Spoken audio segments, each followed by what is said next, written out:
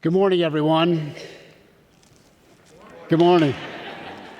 I'd like to thank Rob and his team and the foundation for your leadership on this issue of importance to the business community. The U.S. Chamber of Commerce is really pleased to partner with our foundation on this important conference. And thanks to all of you for your resilience and commitment for sticking with us on the last day of this event. Building smart, modern, resilient infrastructure is among our top priorities, and we have been among the biggest supporters of the pre-disaster mitigation policies that have been implemented across the federal government over the last several years.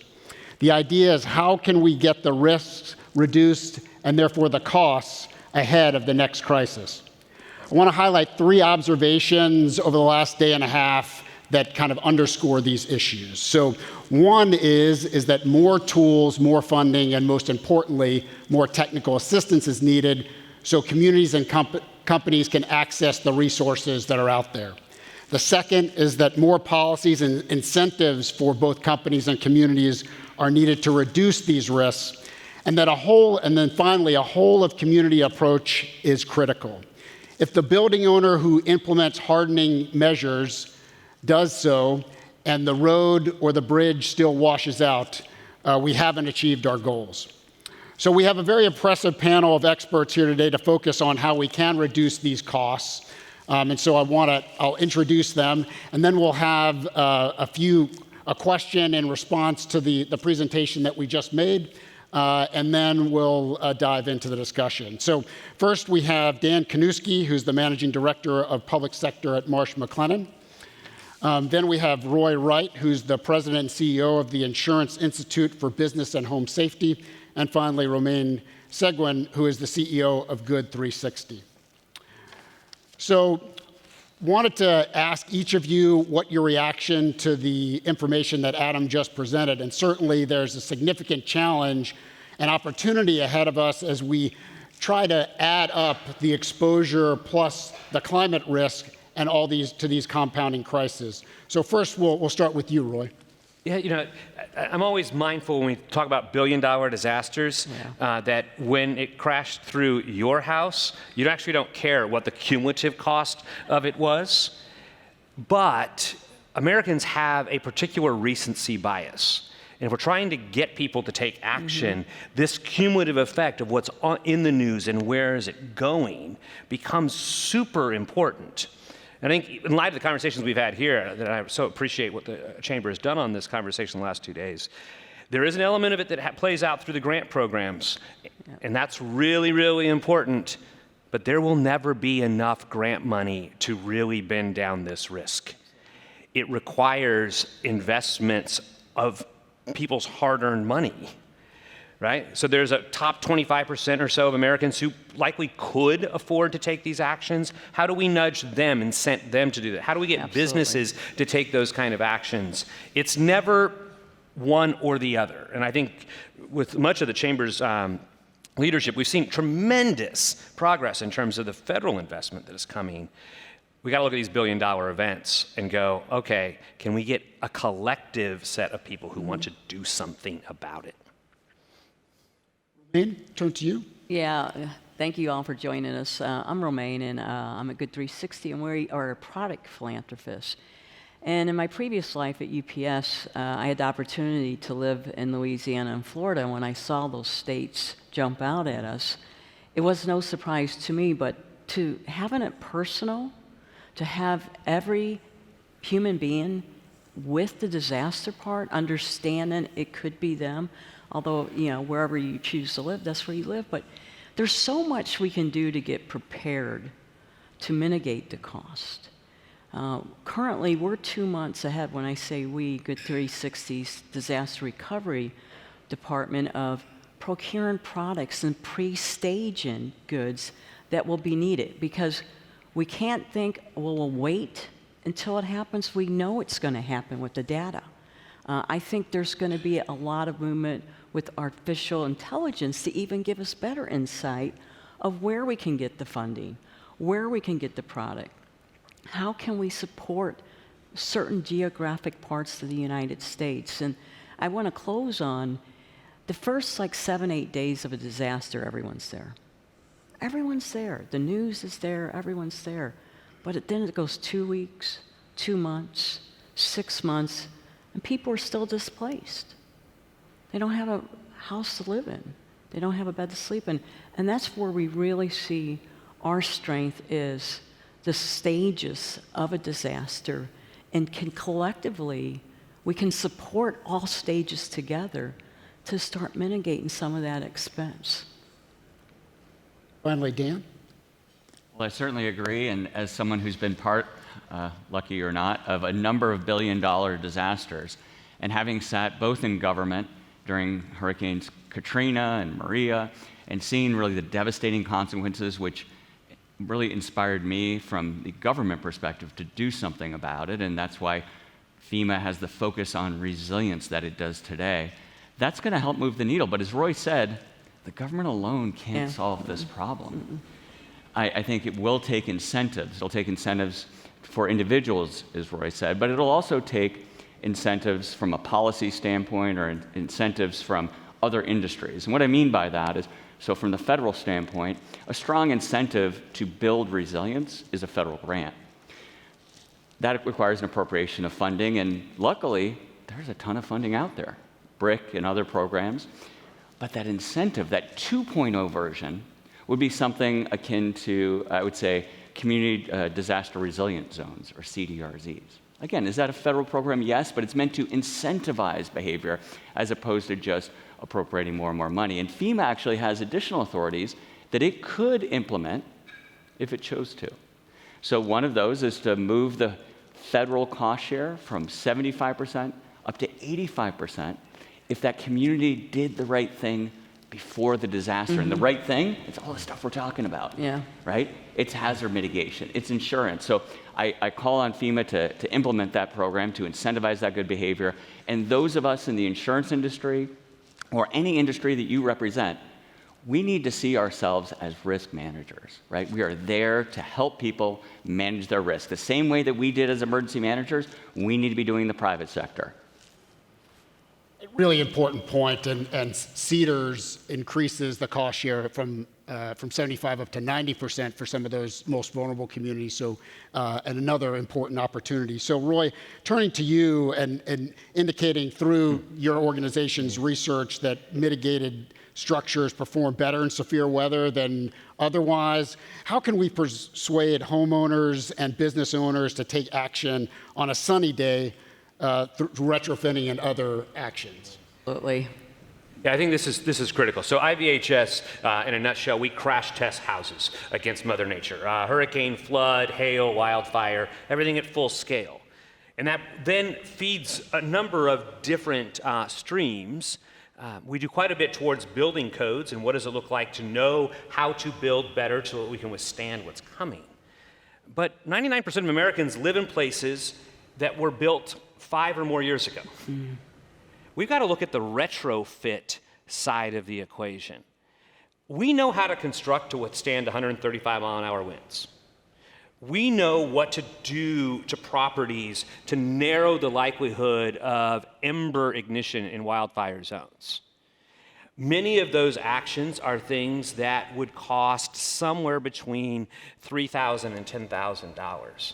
But it fundamentally changes the outcome on the other side. And so how do we get folks to this point, Chuck? I think that this is a place where we are learning and leaning in because the science can be clear, but the behavioral economics to get someone to do it is difficult. I'll be honest with you, sometimes I have trouble getting federal agencies and state entities to take what's known in the science and act on it. And so we need to put some incentives in place, particularly for those who have the ability to pay. If you don't have the ability to pay, I think the grant programs are the lane, but what does it look like to take something similar to the energy efficiency tax credits, by which homeowners can make those investments, so they can see the pathway? Because too often folks go, well, if I take the action, I just want a one-for-one payback in my insurance premiums, and I want it inside of 3 years. Well, you should get a price consideration, but I don't know that you'll see it play out. Well, my $3,000 paid, I want it back, and I want it back now.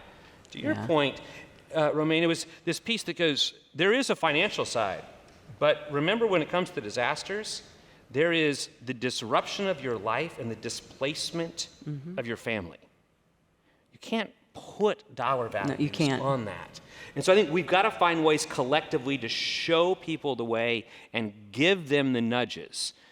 We can show you what to do for the wildfire. We can show you what to do on the roof. We can show you what to do related to severe convective storms and hurricane dimensions.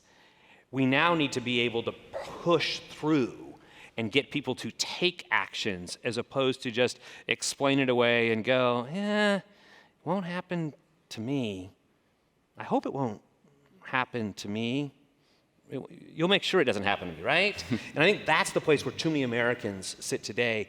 And as a result, they live really in the backlash of what we see behind us here, which is billion-dollar disaster after billion-dollar disaster. Yeah.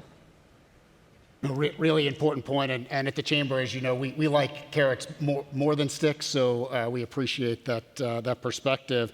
Romaine, wanted to turn to you with your expertise at UPS on supply chains. How can we reduce the cost of getting products to communities when a disaster happens? Well, I think Roy hit on a perfect point. A sunny day. I was talking with our disaster recovery team, I believe it was Monday or Tuesday, and it was a perfect day, and I go, this is when we should start talking about disaster recoveries. What do we need to do to prepare ourselves? So if there is an issue in the supply chain, we can build resilience against it if we have pre-staged product that folks will need during a disaster, whether it's a tornado, whether it's a hurricane. Obviously, we're going into the height of our hurricane season. But I like what you said, Roy. Hope. You can't plan on hope. You can't execute on hope. You can't fix families on hope. And the reality is, we're going to have disasters. People don't like talking about them. People don't like talking about there's going to be hurricanes this year. You know, people in Louisiana's like, oh, I hope it hits Florida. People in Florida's like, oh, I hope it. I mean, seriously, I've lived it. And that's no way to live. That it's going to be all right. It's going to happen. So how do we get prepared? Right now, we're looking at staging some warehousing needs in southern Atlanta, where we can feed logistically and not have a supply chain interruption, needed goods when a disaster does happen in one of those two states. So what we're doing is working with our wonderful donors and saying, hey, this is what we're working with state agencies. This is our need. This is what they're saying they'll need during a hurricane. And that's where the corporations come in. I think individuals are so powerful too, but we really work with our corporate donors to pre-stage needed product, needed goods, whether it's necessities to stay alive the first 7 days and then to get in your home 6 months from now. So I just think it's really planning. Plan ahead, whether it's storage, whether it's funding. I love your point, retrofitting. I mean, how many, is there a plan that we can retrofit in this community 20,000 houses? 30,000 houses. You look at the cost of it, whether you bump it up to 30,000, just do the math. We're still ahead. It is, and that for me really is so powerful there is you're not stopping the hurricane from happening, you're narrowing its path of destruction. You're not stopping the wildfire, you're narrowing the path of destruction. Absolutely, and I think the more strategic that we can get together, and whether we go to a corporation, whether we go to a community, and source the funding to do exactly what we're all talking about on the stage. Appreciate that. So everyone has seen the recent reports of different insurers making decisions based on risks that have filled the headlines over the last couple of months. Dan, can you help us cut through the news clutter and understand those dynamics at play? Sure, happy to take that question. Thanks. So again, if we're all considered risk managers, we need to look at the underlying risk. Insurance is just pricing the underlying risk, right? And so, one, and two, we can't look at any one state and extrapolate that to the rest of the states. The reason being, insurance is regulated at the state level. I don't want to get into the market dynamics or regulatory environment in any particular state. But two, as part of that, the hazard is different in every state. right? Some states are more hazard prone than others, and the hazard one state faces is very different than another. So for me, as I look at this, as I mentioned at the top of my remarks, some of the federal policies that would encourage good behavior, I think that there's more that we in the insurance industry could be doing. And in the same way that as an emergency manager, we should be using every tool in the toolbox, as those of us in the insurance industry, we too should be using every tool in the toolbox. One of those tools that I think is not as well understood and deserves more attention are those types of insurance that fall under alternative risk transfer. It's just a fancy way of saying doing insurance a different way. One of those different ways is parametric insurance. And I'm not going to ask you to raise your hand, but I doubt many people know what parametric insurance is. And that's a problem, because parametric insurance, which is essentially paying out after a specific event happens, makes complete sense, right? Well, how's that different than traditional insurance? Traditional insurance, there has to be a loss. Traditional insurance, there has to be a damage assessment, to use emergency management term, or insurance adjuster, to use an insurance term. With parametric insurance, that's not the case. If a specific event happens, let's say a hurricane, and it happens in this geography, and that is what we all agreed ahead of time, if X happens, we pay Y, that payment comes immediately. And there's no need for doing insurance adjusting or damage assessments, and that can cover an entire community. So that alternative risk transfer, in this case parametric insurance, you say, okay, that sounds great, but does it work in practice? Well, frankly, I wanted to know the answer to that question as much as you did, so we're running a pilot right now in the city of New York. Together with the city, along with the largest global reinsurer, a technology company, and a nonprofit, we're working with a low to moderate income community in Lower Manhattan and providing them a level of protection against the risk they face, the risk that they were worried about, flood. And so that community will today, thanks to a grant from the National Science Foundation, receive an immediate cash payment if that event occurs. In other words, if those neighborhoods flood, they will receive an immediate cash payment. Now, that's in addition to whatever they might get from FEMA, because again, this is a community that's largely uninsured, especially with flood insurance, right? These underserved communities, they generally don't have renters or homeowners insurance, much less flood. But a solution like this that we brand as community-based catastrophe insurance, we believe can make a real difference and can help close the gap between those who are insured and those who are uninsured. Dan, maybe you can build on that and talk a little bit about what the policy levers need to be in order to get the insurance sector moving in that direction and then get communities on board with that kind of approach. And I hate to say it in a negative way, but there are disincentives built into the system. Right now, whether you're a government and eligible for what we call public assistance under the FEMA programs, or you're an individual that might qualify for individual assistance under those programs, PA and IA, in short, while they might seem like great programs, in fact, they're programs that might be necessary as a safety net program for those that don't have insurance, they're building in this disincentive into the system where those communities and those individuals are not incentivized to do the right thing, to get insurance before a disaster happens, or to invest in hazard mitigation to reduce their risk profile, because they know that if there is a presidentially declared disaster, they're going to get federal funding.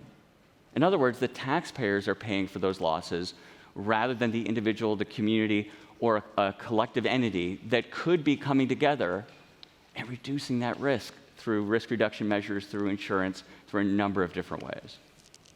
Really important. I guess I would throw it out to the group on a broader discussion of the notion of policy incentives. For instance, Romain, in supply chains, how do we get pre-disaster mitigation to be the primary approach as supply chains build resilience? Yeah, absolutely. So if we approach it and lay the plan out on how to mitigate the supply chain hiccups in it, especially during a disaster, a lot of people don't understand that. And the power of explaining it, that's where we come into the situation of, if we pre-stage the product now and mitigate the hiccups in the supply chain, we can get much ahead of this when victims are in need of product. I think it's a really crucial piece on that. We talk about, how do you build back better? And I don't mean that with the capital B's, but just small b's in that kind of space. We watch after a disaster, so many roofs that have to be replaced. And there's some simple things when you're doing that make them more resilient. You seal the roof deck, you don't deal with water intrusion in the future. And all too often, the very supplies that are necessary to do those actions are not available. Yeah. Yep. And the homeowner says, well, I'll take whatever you have, just put something back on my roof. And I want my home right. back. Yet we know that these are pieces. GF was here. They make one of these products yesterday. We were talking about these elements that goes, do we have those simple pieces? Which, for the record, it's a roofing tape. Right? It's not a big thing. It's a set of roofing tape. Yet in hurricane-prone areas right after the disasters, you don't have it. We don't have it. Nope.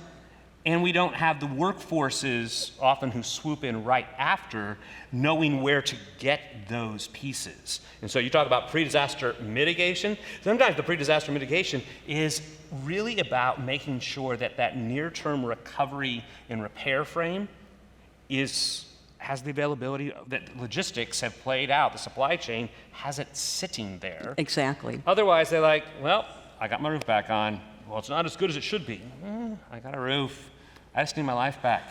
But Roy, the pre-staging and working with the experts in the industry, whether it's roofing, whether it's drywall, name what happens in an event. Working with the experts on what products do you need immediately to get the roof fixed? What products do you need immediately to get some of the foundation through a tornado? And those things can be sourced. And there are very good donors if we strategically lay out, this is what's needed. I'm very confident they will donate, and then we stage it, and then we're prepared. Roy, you talked a little bit about how you crash test houses and that building codes are an important part of that. What's the latest research on how the building code space needs to be improved? Yeah, so the United States has the best building codes available in the world. We set lead the conversation on international standards.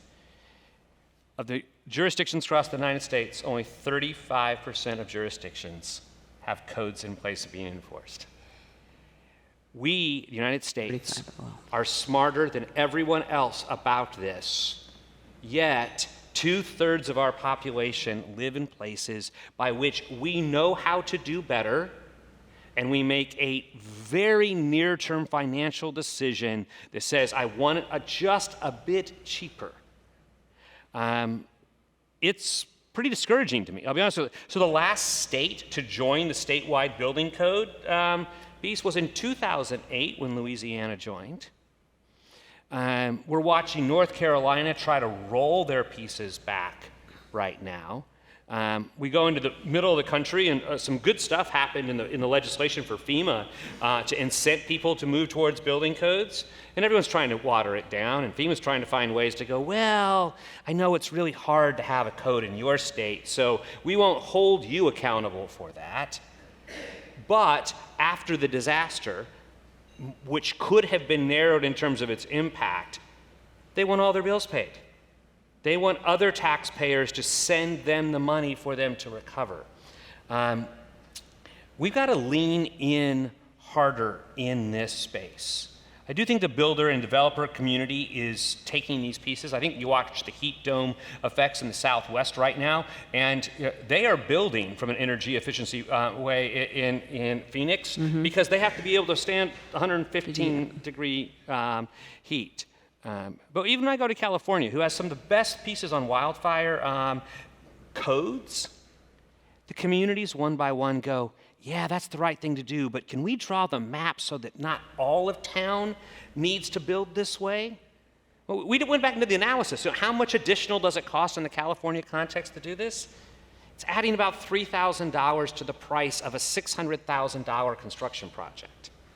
Wow. Like, nope, please don't apply this here. And so as clear cut as it is about how to build to withstand wind and storms, to narrow the impact of wildfire pieces, even to build higher and stronger from a flood perspective, near-term decision making leads us astray. And I think that we're on pace for some of these big events to get lined up with some debt crisis in Congress where someone's wondering, why do we keep paying for this?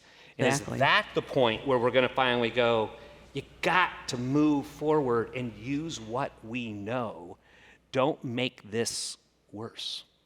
I think Roy hits on a very critical topic, is the data. Data does not lie. It doesn't. And the more, and there's so much data out there, if we can educate, whether it's our government, whether it's the local officials, we can just be smarter about how to handle disasters. I don't know if it's we're afraid of data. I don't know if it forces us to really look in the mirror because here's the facts and we have to make a decision. But I will applaud you to keep pushing the data. I'll pull that string, if I could, back to what you asked Dan just a little bit earlier. Risk has a price. There's a set of people right now who aren't excited about the price of their property insurance. If they were built in a way to minimize it, I think the industry meets that with a price consideration. Yeah, I mean, it's price based on risk. Right. You're 100% right. If there's one thing you take away from this.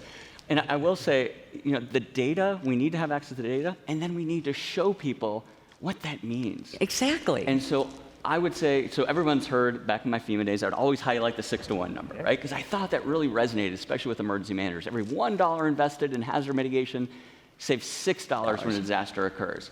And I'm proud to now be affiliated with the National Institute of Building Sciences, who came up with that number and did the analysis. I see JQ back here. But let's take it that step further. Building codes.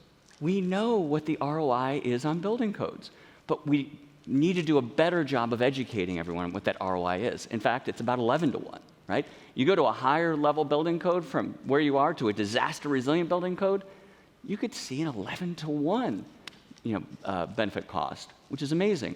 We need to do better advocating for this as well. We take that great data, we take the analysis, and we advocate for it. Natalie Anklade, I see here from Build Strong Coalition, they advocate for strong building codes. Again, we need more of that. Chuck, this conference, perfect example, us talking about this, you advancing this on the Hill as you do every day. Rob Glenn here at the Chamber, advancing these issues is so critically important. And so the bottom line for me is none of us can do this on our own. We need to do this together, whether it's groups that I'm part of with the insurers and the real estate developers and the lenders. We realize we need to work together. Again, that's something NIBS is doing with the Committee on Finance, Insurance, and Real Estate. And I know I see both of you all around also advocating and working with each of you in your industry associations to advocate, to educate on these important resilience investments. So we have just a few minutes left, so maybe we'll do a rapid fire, this notion of the economics of resilience. What does it look like? What are the costs and reduce risk that we can put out there? So this is the Public-Private Partnership Conference, so I guess 2 quick questions. What's the partnerships that we need to see in order to advance this? And the second thing, is there a policy that we haven't talked about already? If you were to be aspirational, what are the things that we need to get out there to solve these issues? From a partnership perspective, I would just say we'd love to work with our private sector on what we need by state and strategically source with you. Some of our donors have a lot of product they need to repurpose. We can take that. Some of our donors strategically want to donate for the effort of a disaster. So really, that's where we see our role, is getting ahead of it. But again, I like these 2 guys that mitigate the risk of us having to be there. I mean, we're at the tail end of it, y'all. And we come in after the event happens. And we're helping the communities, we're helping the families, but can we mitigate the amount of people we have to aid and assist I think with that's help. what- I mean, we're the tail end of it. Romaine's organization will always be necessary. The disaster is going to happen. Can we narrow it? Yes. Chuck, I'd reference the point that I did just briefly earlier. When we can find market forces to nudge people in the right direction, we make far more progress. You create an engine and a flywheel in that space. Insurance will find a way to price the risk, and there's no greater risk communication tool than a pricing signal. But I do think that we've got to find ways to get those kind of tax incentives in place Absolutely. at the individual and at the corporate level so that there is incentive. Cedars does some of that potentially at the corporate level if the second wave of that comes together in terms of what does it mean to put capital investment in play. But if we could show someone the carrot and says, make this investment, you're going to narrow the impact, you're going to be able to withstand that storm and come home, and here's the consideration that may play out in terms of some kind of tax credit, I think we make far more progress. Absolutely. Dan, the last word. Carrots, not sticks. Excellent. Well, please join me in a warm round of applause for our experts, and we really appreciate the opportunity.